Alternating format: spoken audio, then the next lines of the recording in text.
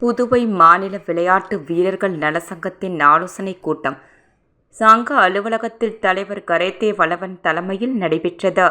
நிர்வாகிகள் ராஜ், அன்பு நிலவன், சதீஷ், வெங்கடாச்சலபதி ஆகியோர் முன்னிலை வகித்தனர்.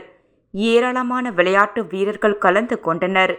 கூட்டத்தில் விளையாட்டு வீரர்களின் நீண்ட நாள் கோரிக்கையான பாகூர் உள் விளையாட்டு அரங்கத்தை உடனே திறந்து விளையாட்டு வீரர்களின் பயன்பாட்டிற்கு வழங்க வேண்டும் என்பது. ஆனால் புதுச்சேரி அரசு பெயரளவிற்கு விளையாட்டு அரங்கத்தை திறந்துவிட்டு பின்பு எந்த காரணம் இல்லாமல் பூட்டி வைத்துள்ளனர்.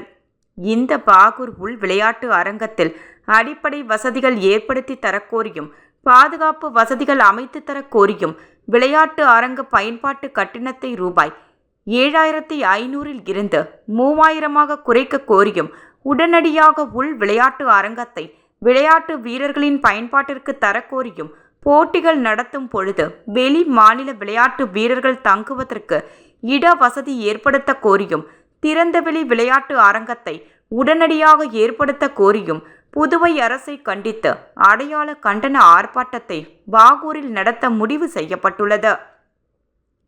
மேலும் பாகூரில் அமைந்துள்ள விளையாட்டு அரங்கத்திற்கு விளையாட்டு பயிற்சியாளர்கள் முதல் அனைத்து ஊழியர்களும் நிரப்பும் பொழுது பாகூர் கொம்யூன் பஞ்சாயத்தில் அடங்கியுள்ள ஊர்களின் விளையாட்டு வீரர்களுக்கு முன்னுரிமை அளிக்க வேண்டும் போன்ற கோரிக்கைகளை வலியுறுத்தி வரும் திங்கட்கிழமை 21 மாலை 4 மணியளவில் பாகூர் சிவன் கோவில் அருகில் கண்டன ஆர்ப்பாட்டம் நடத்த முடிவு செய்யப்பட்டுள்ளது.